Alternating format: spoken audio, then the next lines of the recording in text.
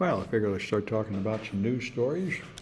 Um, so in case anybody didn't know, Elon Musk's whole theory of Twitter was that he'd fire the content moderation team and replace it with crowdsourced moderation. His belief being random users will just tell you if something is wrong, and that would be more effective.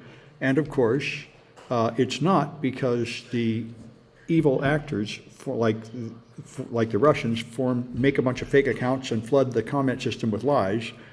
So just crowdsourcing things would require also somehow controlling that the people that are talking to you are actually real people and not malicious people or bots. And he hasn't done that, so people say it's made it much worse.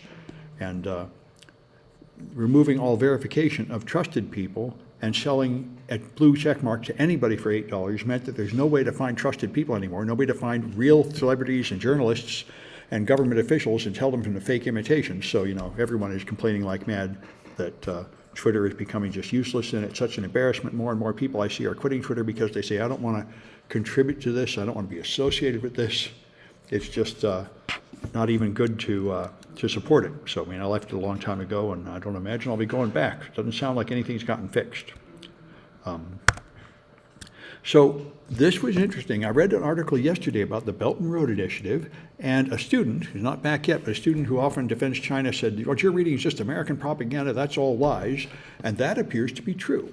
Now, I found the BBC article about the Belt and Road Initiative, and it's very interesting. Now, the Belt and Road Initiative is enormously important. This is China loaning money to other countries to build things they need, like power plants and roads and stuff. And what happened is, as the United States moved into isolationism and xenophobia and racism and just stopped participating in the world, which is what led, among other things, to the current crisis in the Mideast, among other things, other nations move up to take that position. We're no longer and so China has really stepped in, and a lot of the nations are highly dependent on China. And the particular bit of disinformation, apparent disinformation, is that what it said in the previous article I saw from someplace called Euronews was that the reason that Sri Lanka is now broke, and they're totally broke, is because China tricked them into taking a loan they couldn't afford and then China manipulated the system to ruin them. And that apparently is, and something America has been claiming, and the experts have been saying that is garbage. That is not the reason.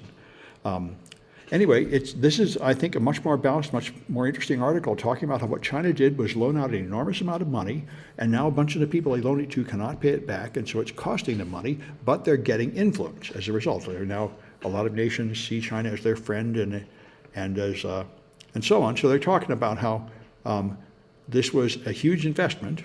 They tried to sell it as an economic win-win, saying other countries will stimulate your development and then we'll all get more rich. And they said that didn't really happen. But on the other hand, it did make China more popular around the world. So anyway, it's interesting to read about it. The Belt and Road Initiative is a huge thing.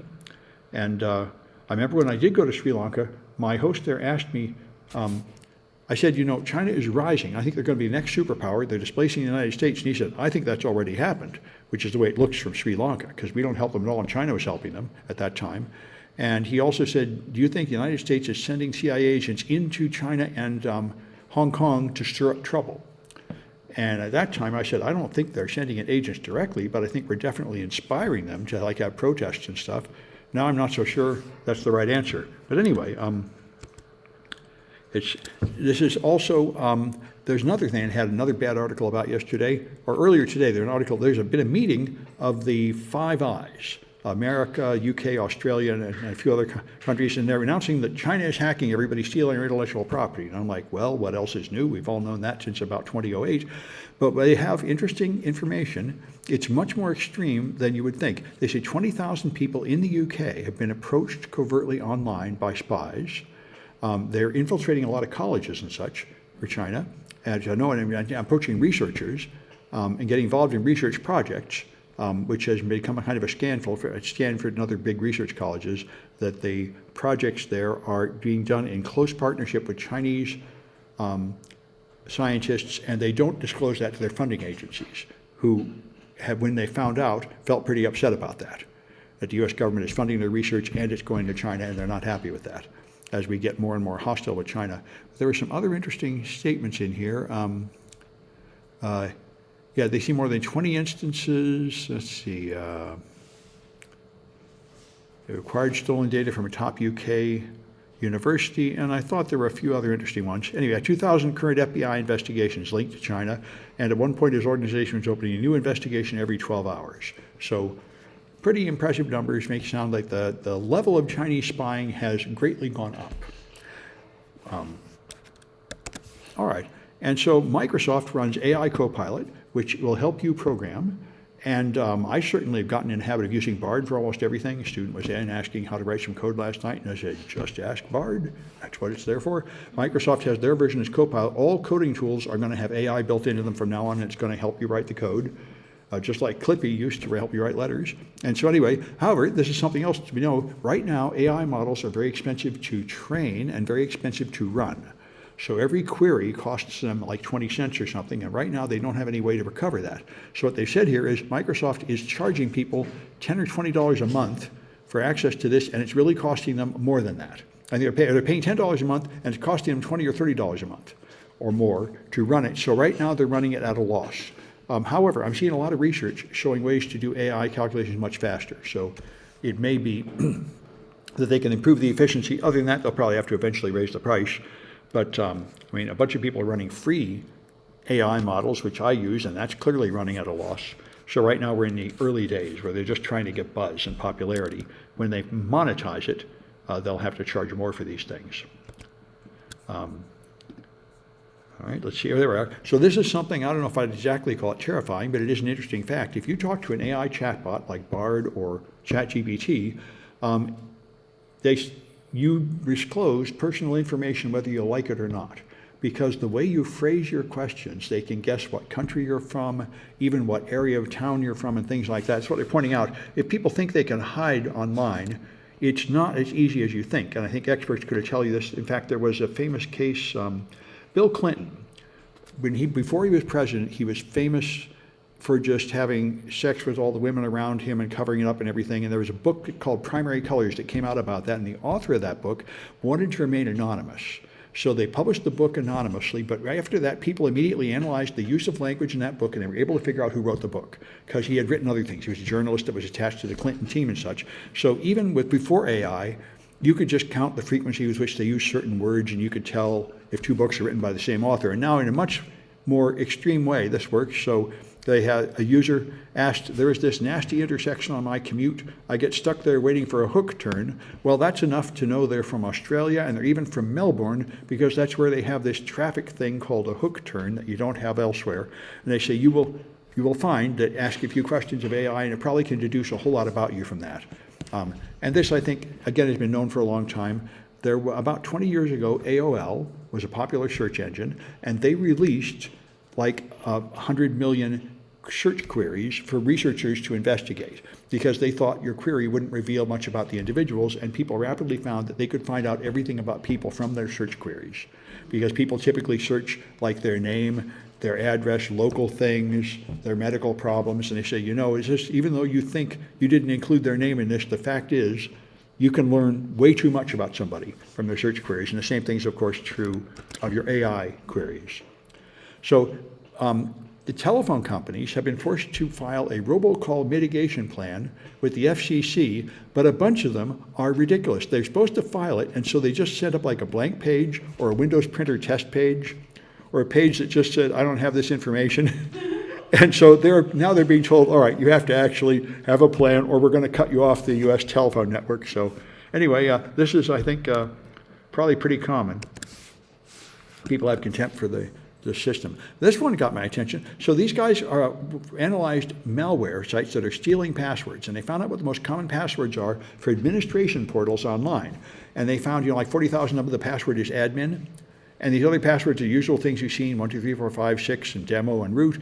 But I was surprised at this one. Number 16 is that. Does anybody know about this password? I had to look it up. 0103-1974 is like the 16th most common password. I didn't know, and I tried Googling it to no avail, so I asked, I used Bard, and Bard immediately told me. I said, Bard, what is important about that date? That is the date of the first internet transmission, the first public demonstration of the internet, January 3rd, 1974. So I didn't know that, but apparently a lot of other people know that and use it as their password. Anyway, and this is why I say use Bard for everything. Anytime you want to ask a question, try asking Bard. It's a lot better than using a search engine. What do you do Google? What's that? What did you do Google? I tried Google, and none of the hits would tell me anything. All the hits just had nonsense. They couldn't understand this question. They would tell me about the structure of dates. Oh, that number looks like a date, and here's stuff about formats of dates and stuff. But they didn't understand the context. That I wanted to know how this number was connected to computers and passwords. I tried that. And if I asked about this number and passwords, all I would get is a bunch of links to this article and copies of this article, how that thing was a common password. Because the problem, Google just looks for that word on the page. Bard actually understands the sentence more and can answer the question you want. So, like I say, these AIs, it should be a habit now to go to the AI before you go to a search engine. Search engines are obsolete, really. You should start with Bard and then go to a search engine if you have to check it, because of course sometimes it's wrong. Of course Google is sometimes wrong. I mean, the problem is that Bard learned by reading the internet. So a bunch of the stuff it read was wrong. But it's as good as Google, and it's much more effective for many purposes. It'll write code, it'll explain the code, it'll find security flaws in code, it will fix security flaws in code. So it's really nice. And it's getting more and more powerful all the time. So the United States is going to push other countries to stop paying ransom. And I thought, now in principle, that sounds great. In practice, I know that's insane, and I was glad to see this is Ann Neuberger from the National Security Advisor wants to do this, but the head of Mandiant was there saying, you're out of your mind, that's completely impossible. I mean, there was just another survey that came out last week showing that of CISOs, 90% of them had been hit by ransomware in the last year, and 80% of them or something paid the ransom, and the average amount they paid was $100,000.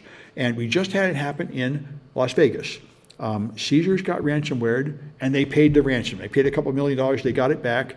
Another one, MGM or something, got ransomware, and they refused to pay the ransom, and it took them like months and $100 million to recover their system.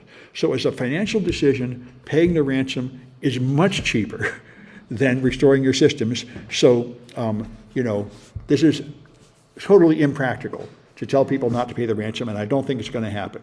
And sometimes you can negotiate the ransom. Yeah, you can. And there are third-party companies you can go through. By the way, you weren't here. Yeah, by the way, some people do it directly, some people do it through third parties. By the way, you weren't here when I went to it. I found BBC articles about the Belt and Road Initiative, and they said that you're right. The reason Sri Lanka went broke was not because of China exploiting them. They said that was in fact disinformation from the U.S. government that nobody believes. So there are like 150 countries joining the Belt and Road program. There are, so the whole earth only like 200 countries. So oh yes, it's 80% of the country already joined. So somebody must be getting a lot of benefit. Oh yes, and they're doing it just as the U.S. doesn't help them. So it's part of China becoming the next superpower and the U.S. abandoning that position. If somebody's having a big party and people not invited is not happy, that's all. Yeah, well, that's a fair argument. Anyway, I thought it was interesting. You were apparently right. So let me stop the